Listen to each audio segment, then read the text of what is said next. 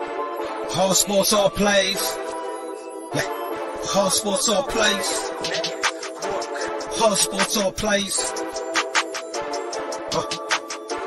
365, we making up plays. You talking the game, get you through the days. We're high in the court, the dime in the lane. Variety topics, living the same. All presentation, sports information. In the airways, taking the nation. All sport, all plays, they work in your faces. Grace at the field, so tie the laces.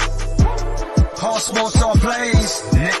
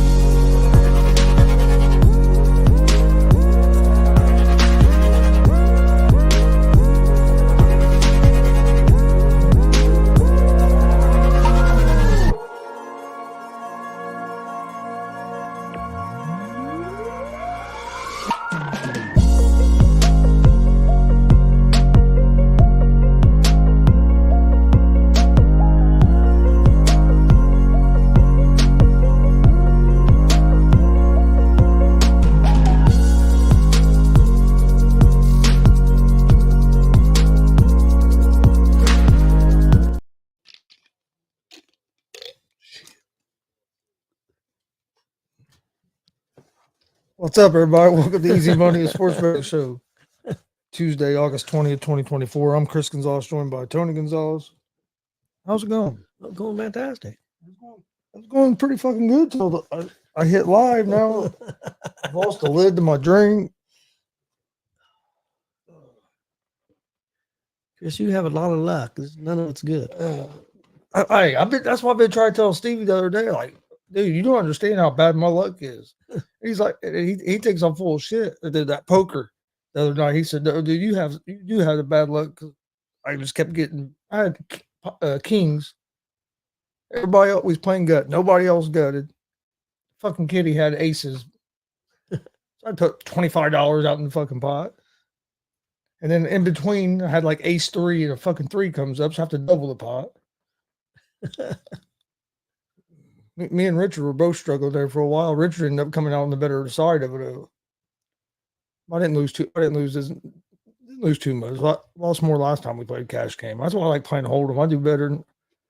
Some nights I do okay in cash game. And then the damn window the other day. Yeah. It's going up and down fine right now. Mm-hmm. I probably should leave it low because probably I want to fuck with it until we get stuck again. I'll be pissed. Yeah, probably this weekend when it's pouring down rain again. We're on the way to shows. What is this, Aruba? Against Venezuela? Yeah. Okay. Little baseball. Hey, what's up, Glenn? Yeah, Glenn, he could use some of your luck.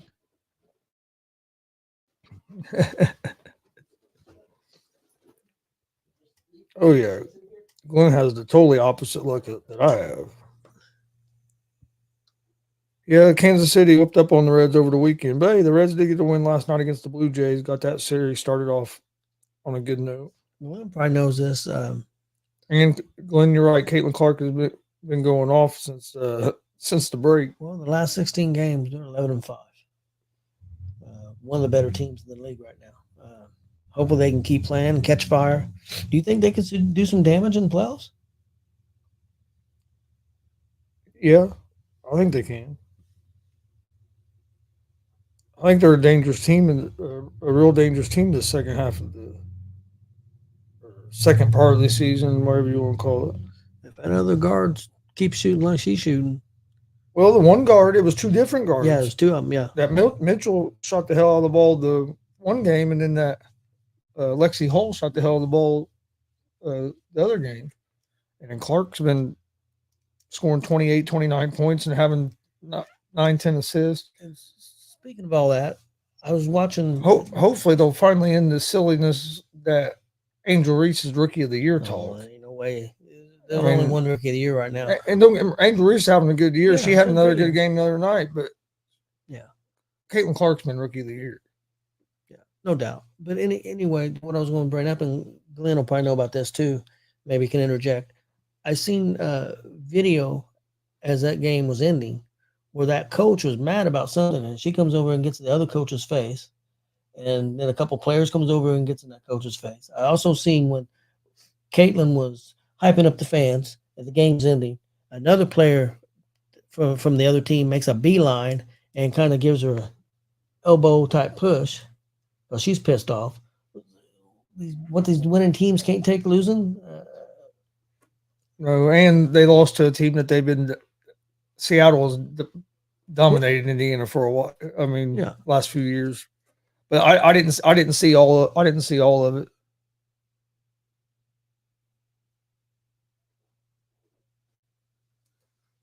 But yeah, they are like Glenn said though. They've had the second best offense since July 1st. They've and their defense has been better since the coming back from this break.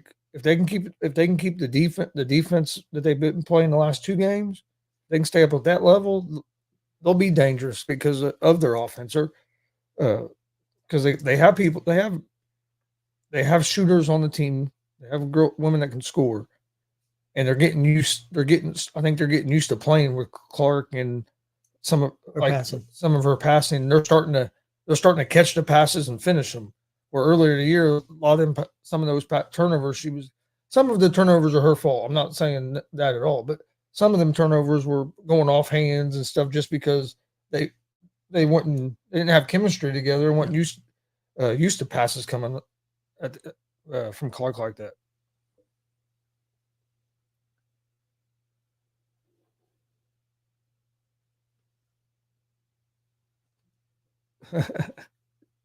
Yeah. Well, just like, well, I guess some of it was because the coach for the other team pulled her players, and the other coach hadn't pulled her players yet, and I guess she got mad. And I think she did. I think the coach for the Fever did end up calling a timeout and putting in players because they're saying that the reason that she pulled her players when she did was so the Fever coach would pull in players to keep Caitlin Clark from getting one more assist, which would have gave her like multiple games with 10 assists or whatever. I did hear something about that on the radio the other night. Like I guess that's what I guess that's what like the Fever coach and some of them were mad about because they felt like she'd done that just so she would take Clark and him off the court to keep Clark from having a chance to get that another assist. I mean, Caitlin's breaking rookie records. She's breaking league records. To my opinion, as long as she stays healthy, it's not even close of who the rookie of the year. I guess some of it was because the hell are you doing? I thought I'd already turned the sound off. I don't know what the fuck happened. Yeah, a lot of it goes back to jealousy. Is what it seems like. It does seem that way, man. I don't understand it. They hurt themselves at the Olympics by not having her on the team. I know they won gold and everything, but their games was the least attended games and it wouldn't have been like that if you'd have had her on that team. It's a Little League World Series though, because you had mentioned it. It's been fun to watch. Yeah. Kid hit a grand slam yesterday to give his team a lead, and then they end up tacking on some runs after that and blowing that team out after they trailed basically the whole game. Yeah, Glenn, I bet that was. I saw you got to go to that Q&A. But Little League has been fun. The Reds have been, I don't know. They're so damn aggravating to watch. Yeah. They're up and down. David Bell's fucking terrible. I'm telling you. I think I could manage that team better than what he does. And I've coached like Little League and middle school age, but I've never coached at that level. But I'm telling you, just watching the shit that he does. Yeah. I think you give me 10 games, I could do just a good job or a little better. They're just not consistent at all, man. It's been that way all year. I mean, they've had many chances to get up over 500, and they just. And then he worries so fucking much of like trying to have like left, right in the batting order, or matching up against the left-handed pitcher or right-handed pitcher, where he'll take out a guy that's like on a fucking 12-game hitting streak. Well, let's not play him today because they have a lefty on the mound. I understand matchup some, but you also have to have a feel for your team. And if you have a guy hot, that's not the time you set him out. No, I agree. And he does that a lot.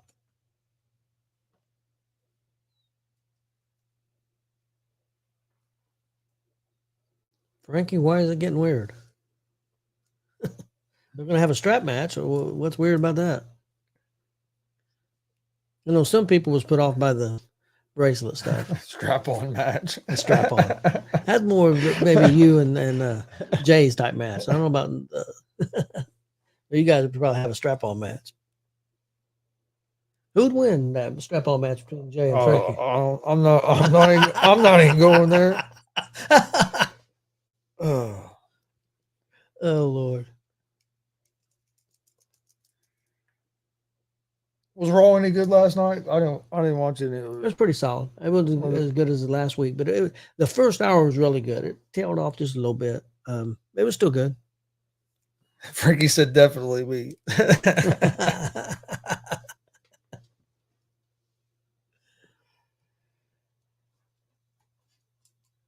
Pennsylvania and Hawaii they're playing right now on ESPN2. That Hawaii team, I watched them a little bit the other day. They're pretty good. Oh, they started that game because this one wasn't over yet. Yeah. Probably. Yeah. I know McAfee addressed the crowd last night. Yeah, they showed they played that video at the beginning of his show where he was having the crowd say thank you to all the people. Yeah. And then I thought that was pretty cool. And then during the show, Cole addressed him being gone, and they played a video package of the last few months of him being on the show and stuff. And they did announce he will be back for the start of Netflix. Yeah, he said today on this thing, he said he'd be back or on that video. He said he'd be back in January. Back for the Netflix kickoff. So he's not even taking the whole football season. Well, if he comes back in January, because Super Bowl's not till February. Yeah, I think.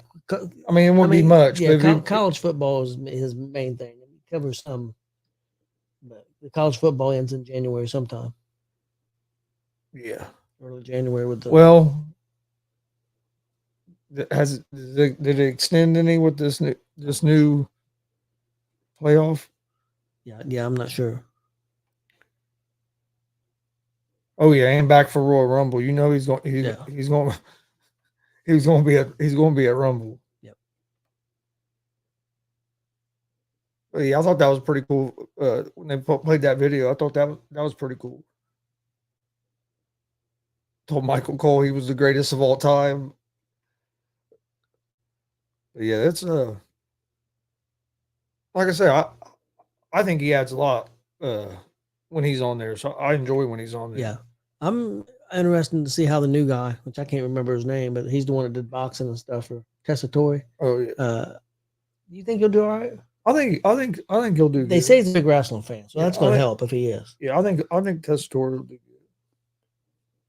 And he has a lot of experience at commentating and doing. I know it's different. Wrestling's, wrestling's different, but he does have experience. So if he's a big wrestling fan, like everybody's saying, I think that helps.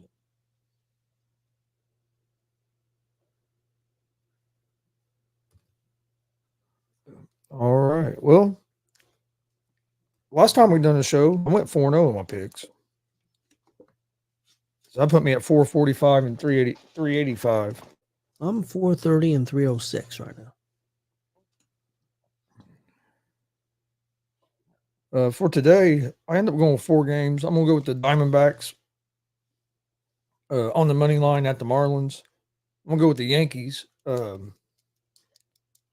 on the money line at home against the Guardians. Yankees have Gill on the mound. He's 12-6 on the season.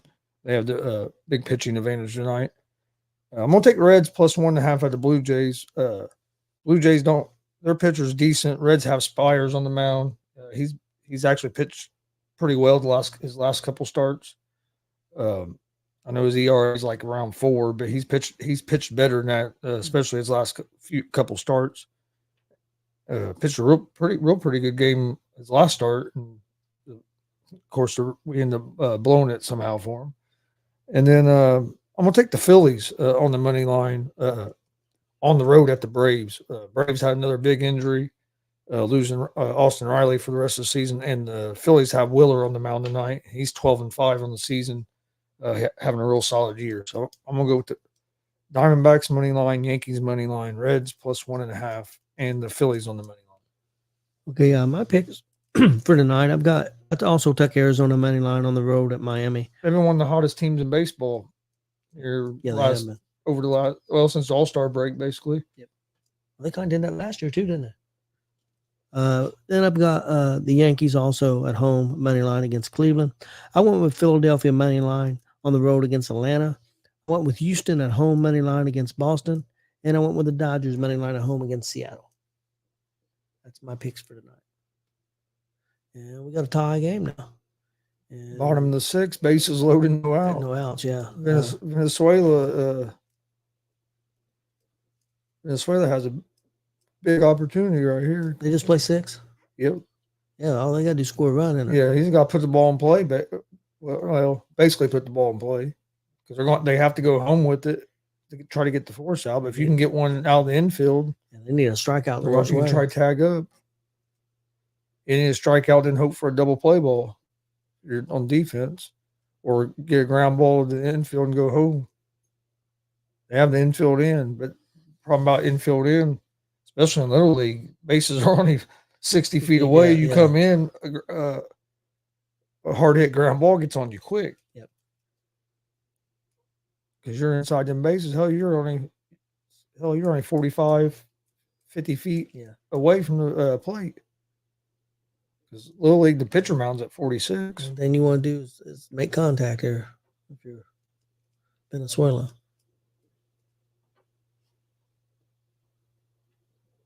I wouldn't be surprised if he don't bunt.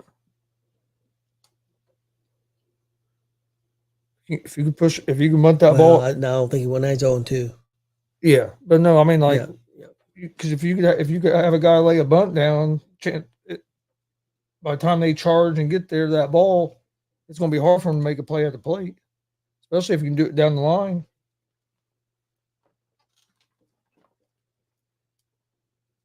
Yeah, 0-2. He's just trying to put the ball in play. Have you watched Pennsylvania or Hawaii yet? I've seen a little bit of Hawaii. I haven't seen Pennsylvania. I knew they started out with a couple, or at least one win. I hadn't seen it. He's fighting it off.